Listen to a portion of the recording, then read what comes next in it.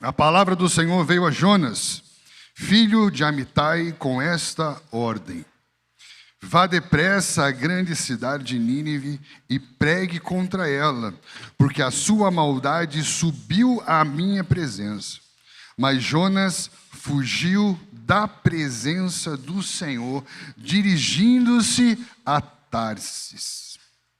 Desceu à cidade de Jope, onde encontrou um navio que se destinava àquele porto.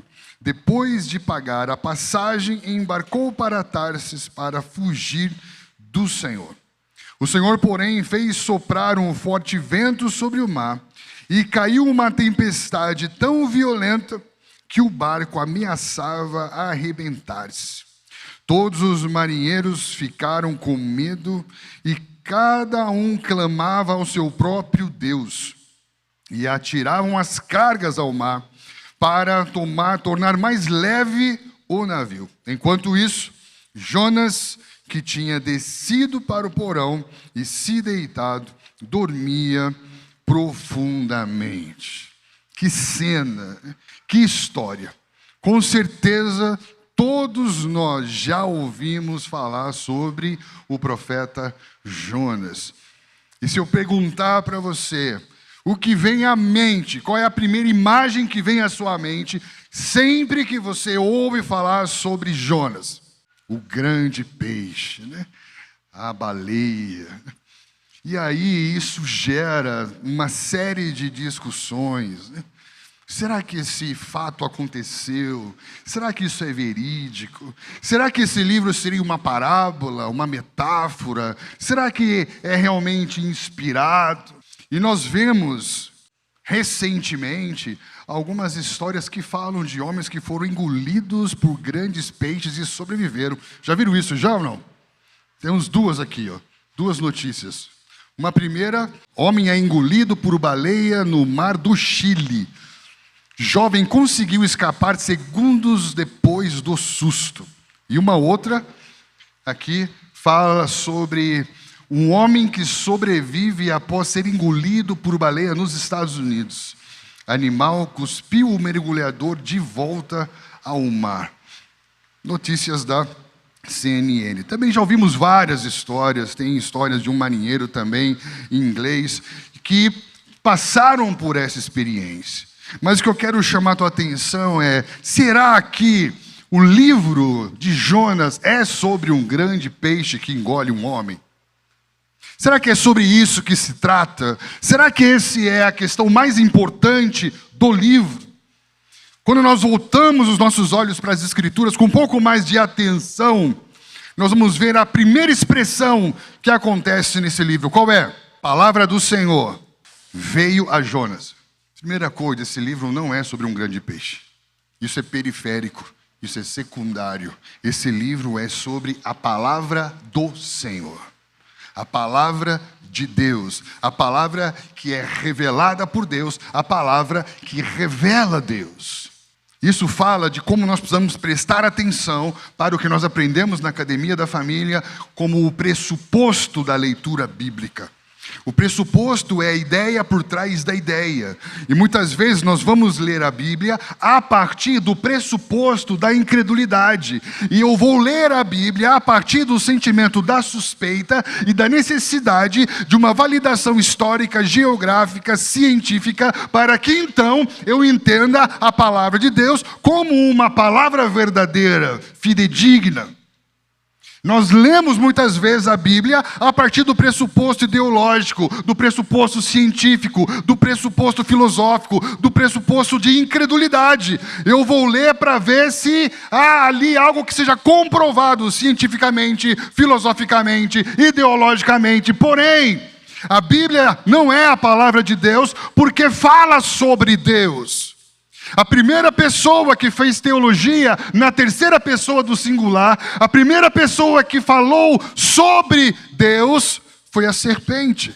O fundador desse tipo de abordagem teológica, o fundador da ideia de que eu posso falar sobre Deus sem conhecer Deus, foi a serpente.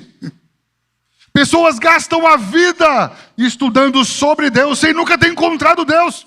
Pessoas gastam uma vida discutindo sobre Deus, sem nunca ter sido impactado pela revelação do caráter de Deus.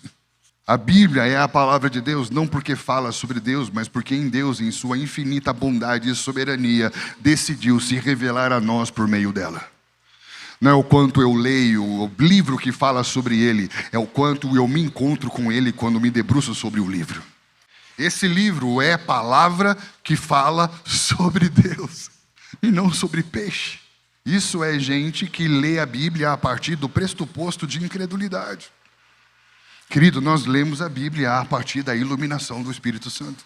A Bíblia é acessível a todos, mas não é aberta a todos, porque há muitos que hoje leem as Escrituras, mas sobre o seu coração ainda há um véu, incapaz de ver a verdade. Por quê? Porque o Espírito Santo de Deus foi quem revelou Deus.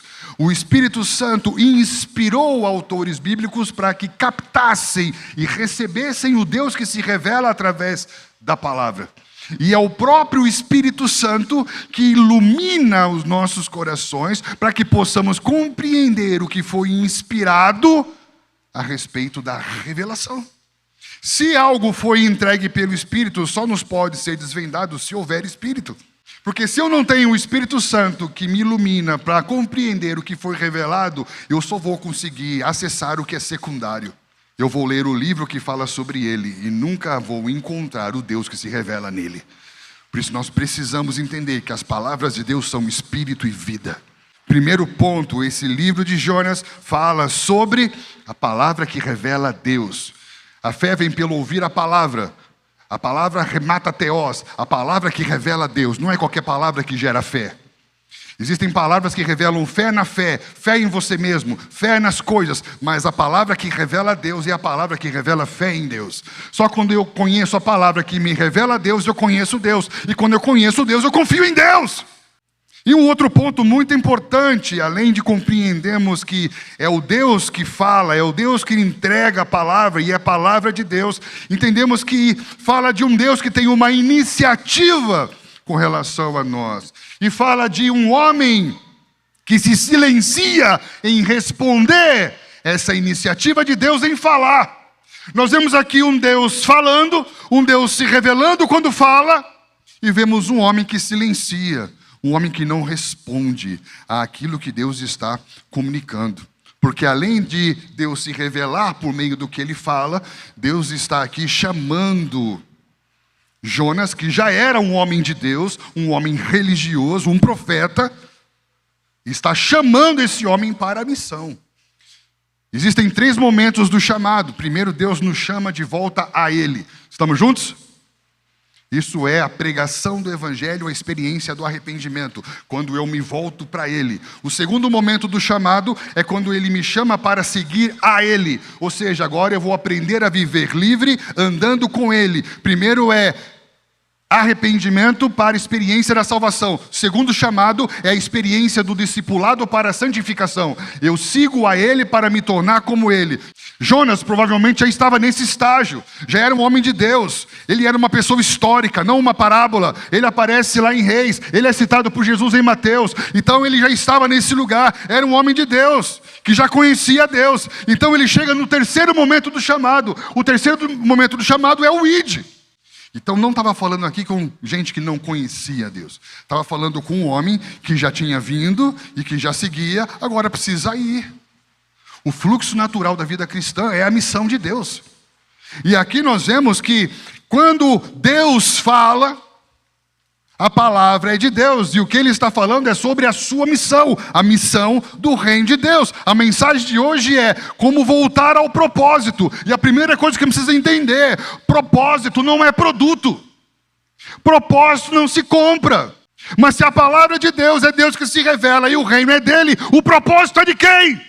Você está em busca do seu propósito? Ou você foi encontrado por um propósito que tem você? Você tem um propósito? Ou existe um propósito que te tem? Paulo, escrevendo aos Efésios capítulo 5, ele fala: eu, prisioneiro do Senhor Jesus. Ele fala: vivo a vossa vocação de acordo com o chamado que receberam. Ele está dizendo: eu sou prisioneiro. Eu estou preso a algo que é maior do que eu. Vivam de modo digno ao chamado que vocês receberam. Respondam ao chamado dele. Esse texto ele é muito poderoso. E enquanto a gente fica perdendo tempo falando sobre baleia, nós não entendemos a mensagem, porque sabe qual é a mensagem? A mensagem central aqui não é de um povo, de uma cidade que se converte a Deus, mas está falando aqui de um homem religioso que precisa converter o seu coração ao amor de Deus pelos perdidos. Um homem que precisa voltar o seu coração para a missão de Deus, e ele vai se buscar um propósito para si, ter um propósito maior do que si mesmo. A missão é de Deus. Você tem um propósito ou há um propósito que te tem? A missão é a razão de existir, é causa. Ter pelo que viver é ter pelo que morrer. É para quem vivemos, para quem existimos, é o que traz sentido para a vida. Viver sem missão é desperdiçar a vida. A missão é a autorrevelação de Deus como aquele que ama o seu mundo. É a atividade de Deus em favor do seu mundo, um mundo de gente, um mundo de pessoas. David Bosch, num livro chamado Missão Transformadora, inclusive estamos gravando sobre esse tema, Teologia da Missão, na Academia da Família, e estamos com as inscrições abertas ainda no mês de fevereiro. Segundo David Bosch, a missão é o sim de Deus ao seu mundo, é a iniciativa graciosa de Deus em alcançar e restaurar a sua criação. O nosso Deus é um Deus em missão. O nosso Deus é um Deus que enviou o seu Filho. O nosso Deus é o Deus que juntamente com o seu Filho enviou o Espírito Santo. O nosso Deus é o Deus que juntamente com o seu Filho e com o Espírito Santo enviou a sua igreja. O nosso Deus é o Deus em missão e Ele está decidido a alcançar todas as nações, todos os povos da terra.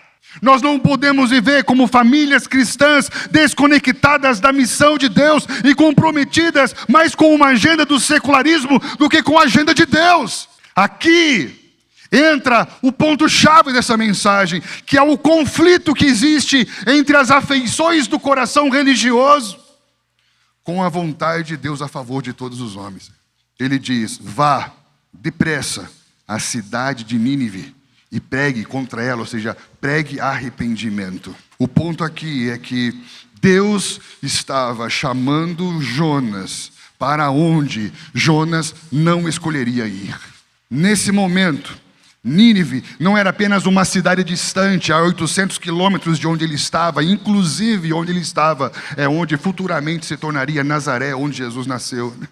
Nínive aqui representava um inimigo potencial, uma ameaça real, que para o conceito religioso de Jonas merecia juízo e não a pregação do Evangelho.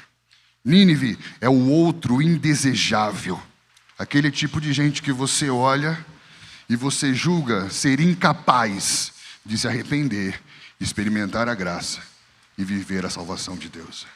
E esse texto de Jonas está falando sobre a necessidade de um coração religioso se converter a Deus. E não apenas da necessidade de uma cidade que estava em pecado ser salva. Cuidado para não chamar a sua antipatia, o seu preconceito de discernimento espiritual. Cuidado. O que fazemos quando o propósito de Deus contraria as suas preferências? O que fazemos quando Deus fala que aquelas pessoas que têm um posicionamento político, ideológico, religioso, diferente de você, são alvos do seu amor e da sua misericórdia? O que fazer quando Deus decide alcançar quem para você não merece ser alcançado?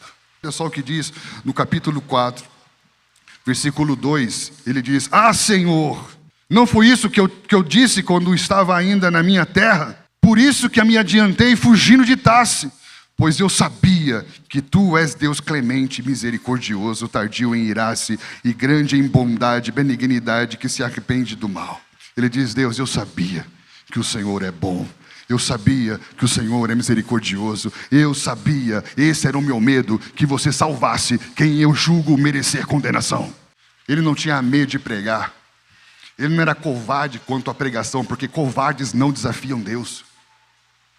Ele era obstinado na sua religiosidade. Jonas era um religioso, um profeta ofendido pela graça. Jonas não é um homem confuso quanto ao que Deus quer que ele faça. Ele é um homem que resiste o que Deus quer fazer. Como você pode fazer isso? Como você pode ter misericórdia desse tipo de gente? Como você pode ser bondoso com um tipo de gente que tem essa ideologia política, que pensa dessa forma, que vive desse jeito, que é cruel, que é mau? Como você pode ter paciência com uma cidade que faz tantas maldades? O conflito de Jonas é um conflito teológico. Como Deus pode ser misericordioso com quem não merece? O livro de Jonas é sobre isso, querido. A misericórdia de Deus sobre Nínive, para ele, era uma injustiça. Naum vai confirmar na sua profecia, capítulo 3, que Nínive realmente era uma cidade sanguinária, era mestra de feitiçarias. E Naum profetiza contra Nínive. Porém, coube a Jonas pregar arrependimento, levar a mensagem para quem ele não queria levar a mensagem. Pior, para quem ele acreditava não merecer receber a mensagem. É julgar que ela é merecedora de um lugar que era o seu destino, se não fosse a mesma graça. Deus, na sua misericórdia e paciência, olha o que ele fala para Jonas. Capítulo 4, versículo 11. Nínive tem mais de 120 mil pessoas. Isso aqui para mim é maravilhoso. Você olha para Sorocaba, você fala o quê? Tem uma boa estrutura, é bem organizada, é uma cidade limpa. Nós vemos estruturas. Deus, quando olha para a cidade, ele fala, tem 120 mil pessoas. Deus ama a gente. Deus morreu na cruz não por coisas, mas por pessoas, querido. Nós hoje amamos mais coisas do que pessoas. E nós muitas vezes nos deixamos ser tratados como coisas. Por isso que Jonas foi dormir junto com as cargas. Por quê? Porque nós vemos pessoas como cargas e não como pessoas. Nós desumanizamos as pessoas. Por isso que Jesus veio como homem, não só para salvar o homem, mas para reumanizar o homem, nos ensinar a ser gente, a amar gente, a olhar para gente. Ele fala, Jonas, eu olho para essa cidade e tem 120 mil pessoas. E um detalhe, eles não sabem a diferença entre mão direita e mão esquerda. Você está julgando um povo que não sabe distinguir direita de esquerda, que não tem luz para ver a realidade, porque chama de realidade apenas o que sente, o que toca. Porque se não há luz, não há como ver a realidade. Se não vejo a realidade, imagino o que seja a realidade a partir da escuridão que tenho dentro, do que sinto, do que toco. O que muitas pessoas chamam de realidade nada mais é do que uma projeção imaginativa de como ele se sente. Só é real aquilo que eu toco. Se não toco, se não comprovo, não é real. É claro, você não tem luz para ver a realidade espiritual. E se não há luz, não há visão. E como que eu quero que alguém veja se os olhos do coração não forem iluminados? Porque o Deus desse século cega o entendimento dos incrédulos para que não vejam a luz do Evangelho, que é a glória de Cristo, que revela a imagem do Pai. Aleluia, aleluia, cara. Primeira coisa que eu vejo muito presente nesse texto e que parece se perpetuar é o que nós chamamos do mal, do nacionalismo religioso e o sentimento de exclusividade. Porque aqui parece que por trás desse comportamento de Jonas tem o discurso, Deus está a favor do meu povo. O meu povo é o povo de Deus. O meu povo foi o povo chamado por Deus. Nós somos o povo de Abraão, de Isaac e Jacó. Como se esse povo não tivesse sido chamado para ser uma luz para todos os outros povos. Sabe aquele nacionalismo? Deus está do nosso lado. Eu amo a experiência que aconteceu com Josué, quando ele está diante de uma guerra, e aí o anjo do Senhor aparece para ele, e ele pergunta, você é dos nossos ou dos nossos inimigos? Ele diz, nenhum dos dois, sou da parte do Senhor.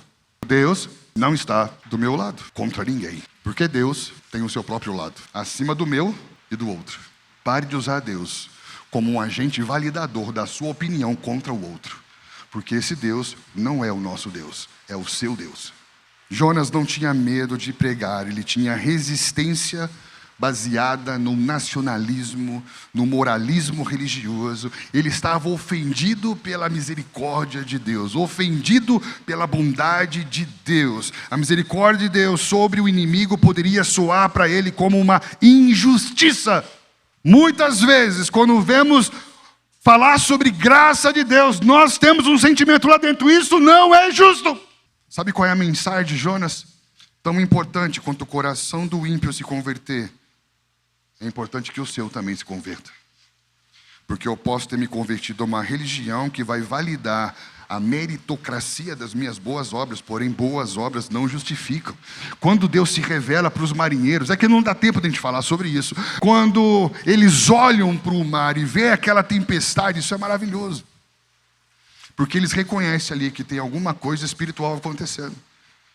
E ali, sem eles perceberem, está sendo pregado para eles o evangelho. Porque diz: não há nada que vocês possam fazer que vá aplacar a ira do Deus que está trazendo a tempestade. Então alguém vai ter que ser sacrificado, alguém tem que morrer para a tempestade passar. Está falando sobre quem?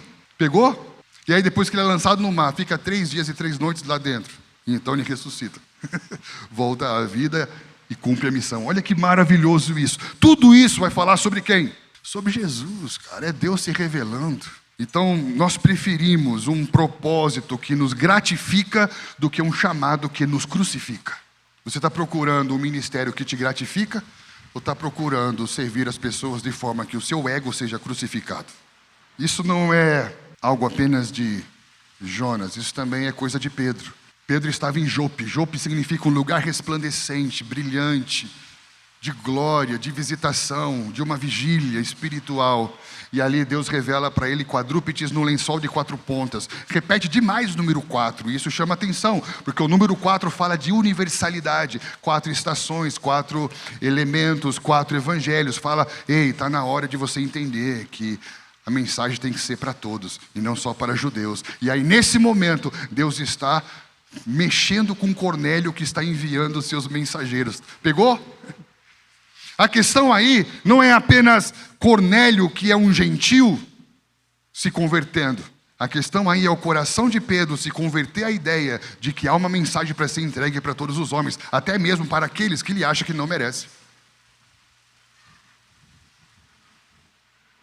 É engraçado esse texto, porque o texto fala que Pedro está falando infinitamente. De repente o Espírito Santo vem e cai sobre todos. A impressão que eu tenho é que Pedro estava pregando para ele mesmo, para tentar convencer a si mesmo que era possível pessoas que não eram judeus receberem o Espírito Santo.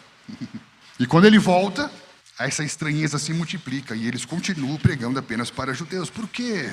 Porque há uma resistência ao que Deus está chamando para acontecer. Essa mensagem tem que ser levada a todos os homens.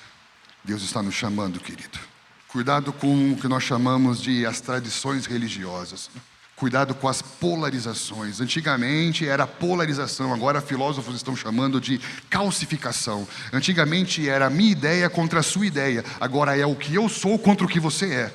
A ideia polarizada virou identidade. A minha ideia é o que eu sou, então é o que eu sou contra quem você é. Pronto, está feito o inferno na terra. Esse ano é um ano político, cuidado com isso, querido. Esse testemunho de Jonas é uma palavra que tem que nos perseguir esse ano. Que a graça, a misericórdia, a bondade de Deus ofenda a nossa religiosidade. Cuidado, muita gente tem a ideia de ser eleito para a salvação apenas. Ele nos salvou para pertencimento. Esse pertencimento nos coloca num propósito, e esse propósito era para proclamação. Ele diz para Israel: Israel, todas as nações são minhas, mas eu escolhi, elegi, separei vocês, para que vocês sejam salvos, sejam meus, mas sejam luz para as nações. A salvação não é um fim, não é um benefício, é um meio e uma responsabilidade. Meu irmão, se você é salvo, você tem responsabilidade. Ele nos chamou das trevas para a sua maravilhosa luz. Para quê? Para desfrutar da luz? Não, para proclamar as virtudes da luz. Há um chamado sobre as nossas vidas, um propósito que é maior do que nós mesmos.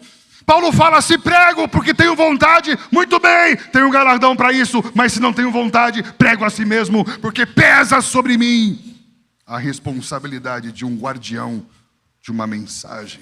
Muito cuidado para você não desenvolver o que a gente chama da espiritualidade do Shrek. Para onde que Shrek estava indo, vocês lembram?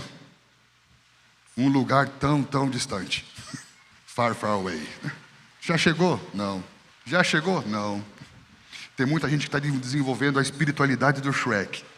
Por quê? Porque ele está indo para bem distante dos conflitos difíceis. Ele está indo para bem longe das pessoas difíceis. Ele está indo para bem longe de tudo que crucifica a sua vontade e o seu ego.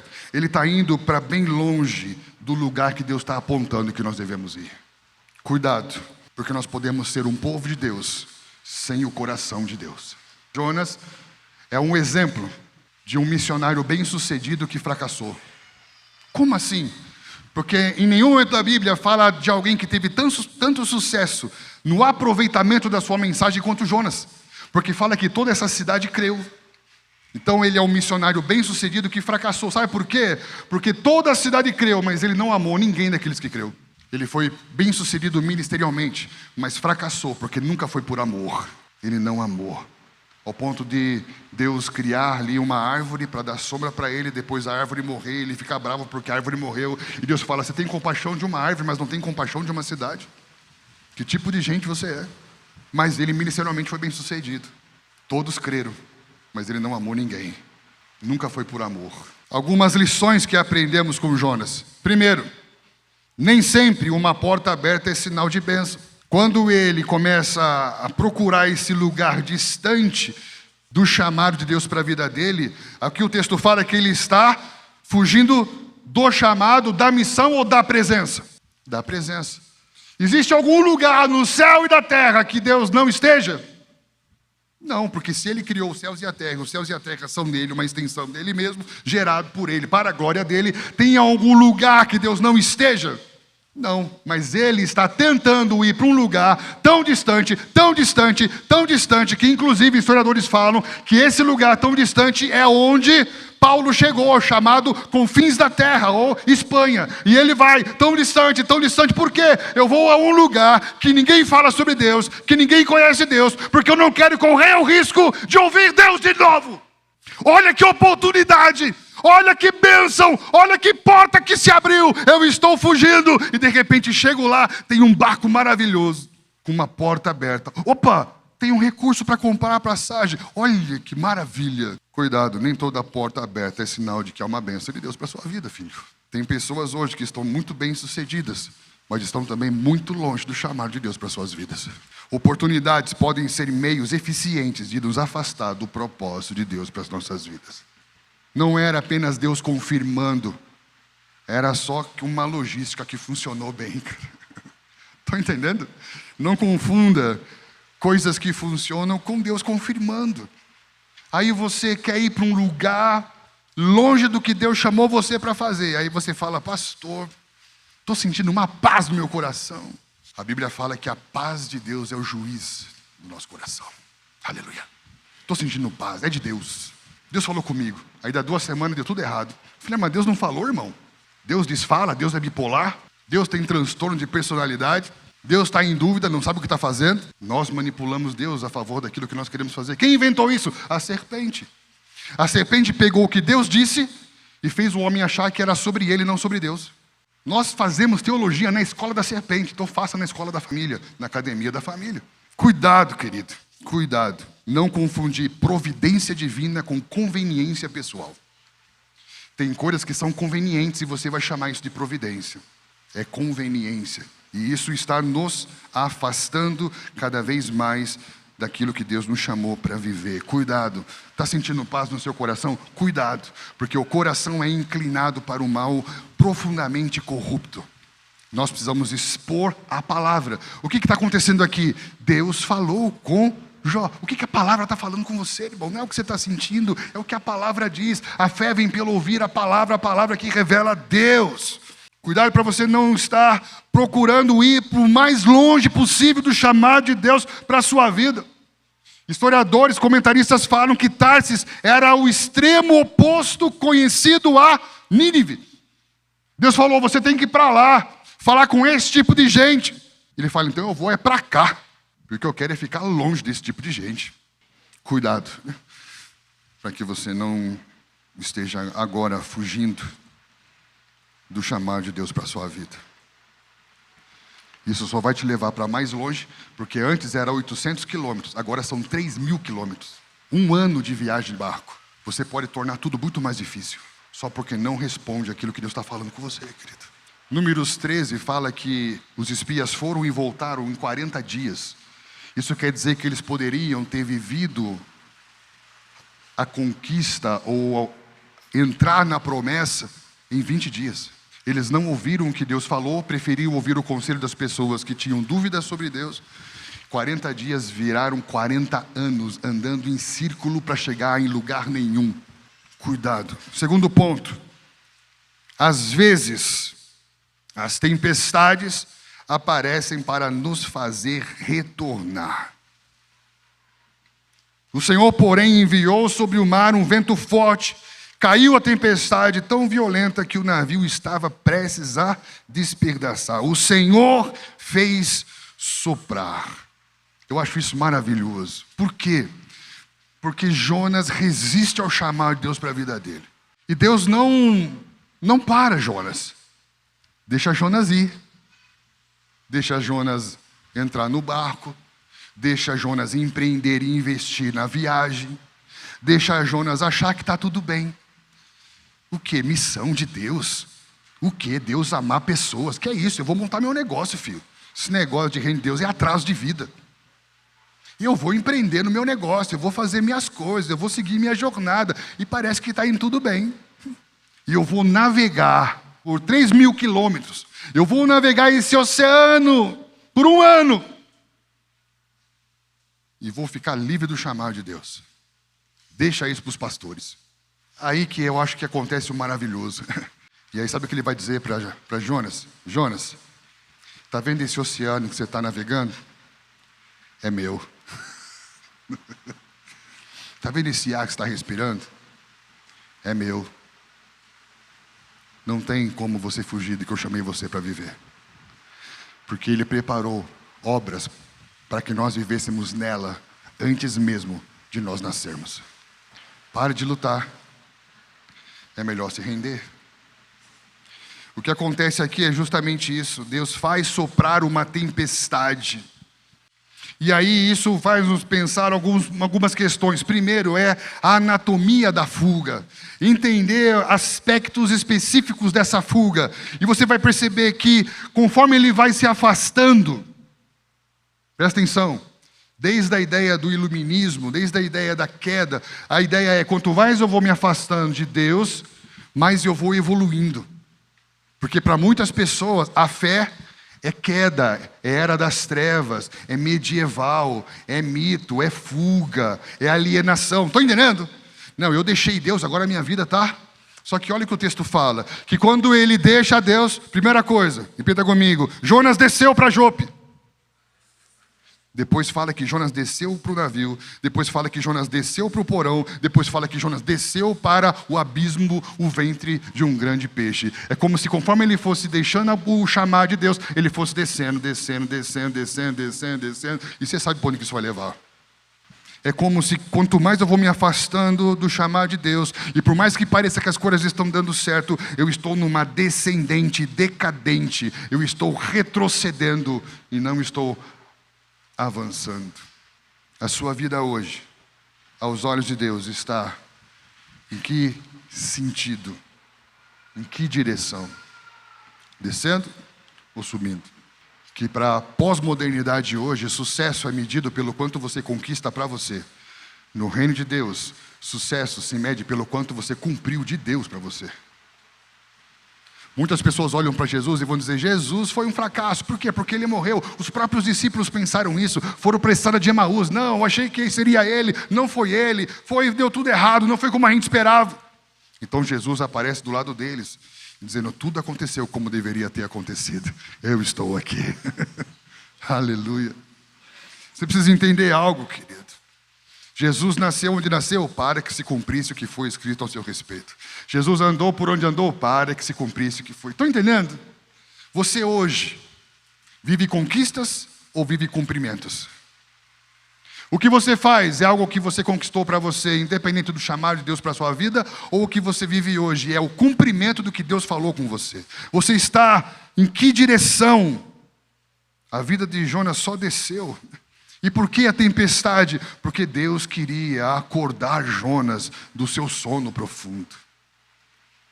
As tempestades nada mais são do que mais uma manifestação do favor, da graça e da misericórdia de Deus. Deus está agora interrompendo Jonas, está despertando ele de uma apatia espiritual, de um sono religioso.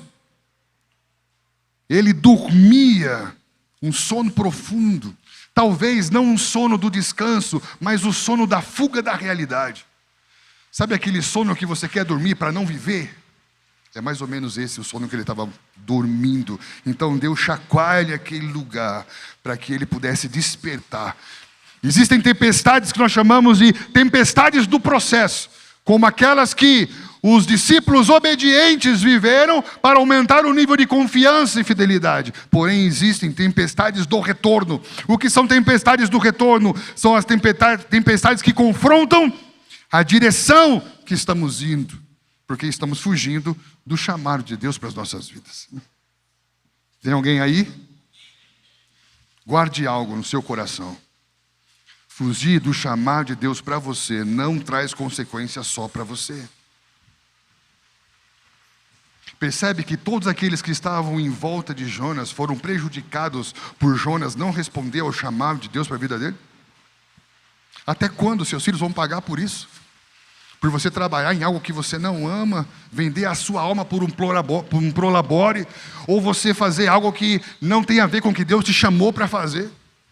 Nós falamos com jovens que tem uma equação básica de Romanos 1. Repita comigo: Deus é, Deus faz, Deus revela o que é no que faz.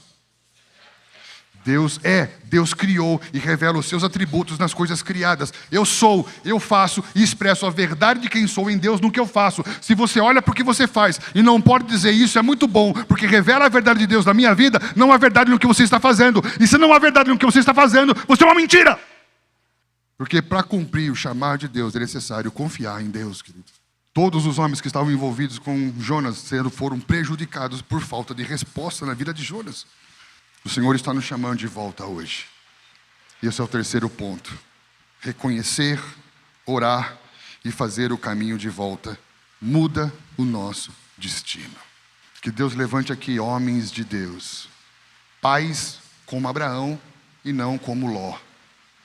Porque Abraão abençoou a sua descendência, Ló comprometeu a sua descendência, porque um decidiu a partir do confiar em Deus, outro decidiu a partir de confiar nos seus próprios olhos e no seu próprio projeto. Que tipo de pais somos? Que tipo de homens somos? Homens que abençoam a sua descendência ou homens que comprometem a sua descendência? Que Deus nos ajude, querido.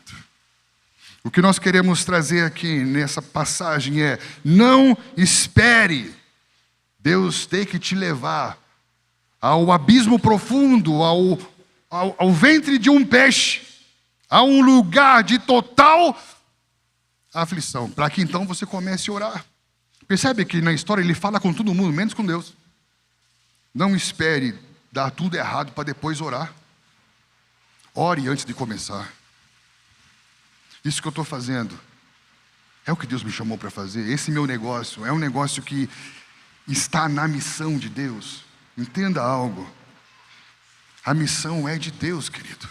Estamos juntos? A igreja não tem uma missão, a missão é de Deus. Deus criou uma igreja para a sua missão. E nós vamos entender: esse meu negócio é para a missão de Deus. É para que eu me dê bem, é para que eu tenha riqueza, é para que eu prospere. Muito bem, legal. Mas isso é o fim em si mesmo ou há um propósito maior? Será que isso tem a ver com abençoar nações, com empreender em nações, com enviar missionários? Porque existe ainda milhões, bilhões de pessoas que ainda não ouviram o Evangelho, querido. O desejo do coração de Deus era converter o coração de Jonas ao amor dele pelo próximo. Por isso que há um processo do arrependimento de Jonas. Primeiro Deus chama, depois Jonas foge. Depois Deus intercepta Jonas com a tempestade. Depois Jonas é exposto, assume a responsabilidade que a culpa era dele e tudo aquilo que estava acontecendo. Mas mesmo assim ele é jogado ao mar. E aí então Deus providencia o peixe. O peixe joga ele de novo na terra. e Deus traz de volta ele ao propósito. E aí acontece algo que eu quero encerrar aqui com essa palavra. E diz assim, Jonas 3:1: a palavra do Senhor veio a Jonas pela segunda vez. Percebe todo esse processo? Com Jonas voltar a não só ser o povo de Deus, mas ter um coração como o coração de Deus. E eu quero te dizer algo, a palavra dessa manhã é: Deus está trazendo você de volta para o seu chamado, querido.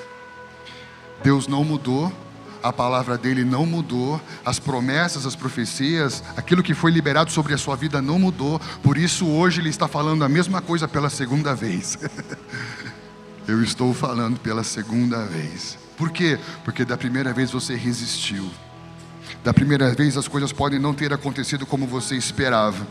O Senhor está falando pela segunda vez. Se nós não nos voltamos ao propósito de Deus para nossas vidas, nós corremos o risco de chegar nesse lugar que Jonas chegou. Você chegou a perceber que nesse livro, leia esse livro essa semana, por 3 vezes ele deseja a morte, porque a vida perdeu sentido. Quando você não tem uma causa, uma missão pela qual você deseja morrer, você deseja morrer por não ter sentido para viver. Não tem sentido. Ele fala: Senhor, não quero mais viver. Mas então Deus vem, começa o processo de cura e de conversão do coração de Jonas, assim como ele fez com Pedro, assim como Jesus fala na parábola do irmão mais velho. A necessidade de nós convertermos o nosso coração ao coração do Senhor Jesus. Esse texto fala de 3 tipos de corrida. Primeiro, as pessoas que estão correndo de Deus. Qual é a sua Nínive? O que é que o Senhor está chamando você para viver como missão que você está resistindo há tanto tempo? Existem pessoas que estão correndo para Deus. Talvez você já tenha que ter sido lançado fora do negócio que você fundou, fora do chamado de Deus, e você está no lugar de correr para Ele de volta e dizer: Deus, estou aqui, estou voltando. Ou talvez você esteja no lugar em que você disse: Deus, eu já voltei, já entendi, eu estou aqui, agora eu quero correr por você. Eis-me aqui, envia-me a mim. Eu vou. Você está correndo de Deus? Está correndo para Deus? Ou está correndo por Deus? Mateus capítulo 16, Jesus vai citar Jonas. Guarda isso. Ele vai falar sobre Jonas para saduceus e fariseus. Fariseus e saduceus estavam pedindo um sinal para Jesus. E ele fala: vocês são uma geração má e adúltera. Fariseus representa a geração má, porque ali fala de fardos pesados, de oprimir com religiosidade. Os saduceus são comparados a uma geração adúltera, porque eram a geração sacerdotal que vivia da aliança com Deus, e eles haviam feito uma aliança política com o império para preservar a sua posição de influência na sociedade. Ele está falando a vocês, religiosos que vivem uma vida pesada, a vocês que trocaram a minha aliança com alianças políticas por alianças políticas, a vocês eu dou um sinal, o sinal de Jonas. Eu sou maior do que Jonas. Voltem-se a mim. Estamos voltando a Ti, Jesus. Tu és a essência, Tu és a causa, Tu és o propósito, Tu és o sentido.